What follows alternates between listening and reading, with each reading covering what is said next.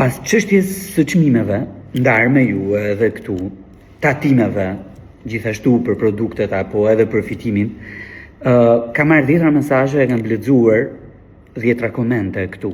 Ç'ke me Altinin? Altini është nderi ynë, ç'ke me supermarketin, është me Lirin vend e kështu me radhë. Më herët ç'ke me Zamirin, pastaj ç'ke me Luanin, pastaj ç'ke me Vullnetin, pastaj ç'ke me Gimin, pastaj ç'ke me Timin e kështu me radhë.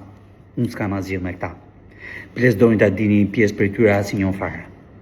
As i njo fare. Ajo që mua më shqetëson është abuzimi në treg me çmimet.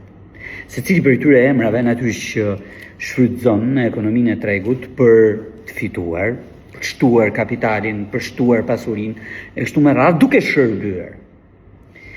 Tregu i ushqimeve apo tregu i produkteve të gatshme të higjienës natyrisht që është treg me shumë operator, po pa konkurrencë.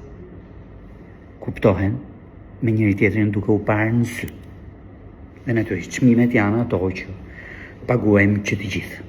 Ajo që mua më shqetëson është që rritja e të ardhurave për ata që punojnë në sektorin publik e për ata që punojnë në sektorin privat, duke filluar nga rritja e pagës minimale, rritja e pensioneve, rritja e ndihmës ekonomike e kështu me radhë, po hahet nga çmimet. E dini si ju thonë? Veçanërisht këta shitësit lartë të poshtë, mos e ke marrë lek, mos e more bonus për fundin e vitit, mos e tu rrit paga minimale, mos e tu rrit rroga si mësues, si mjek, si infermier. Keti tani ta paguash këtë çmim. Madje, po na han dhe efektin e forcimit të lekut e zhvlerësimit të euros.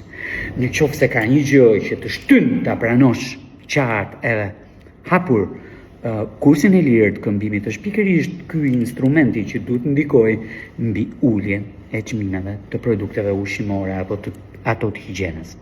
Jo, edhe forcimin e lekut, efektin e forcimit të lekut, po na i han tregtarët. Ky është shqetësimi im.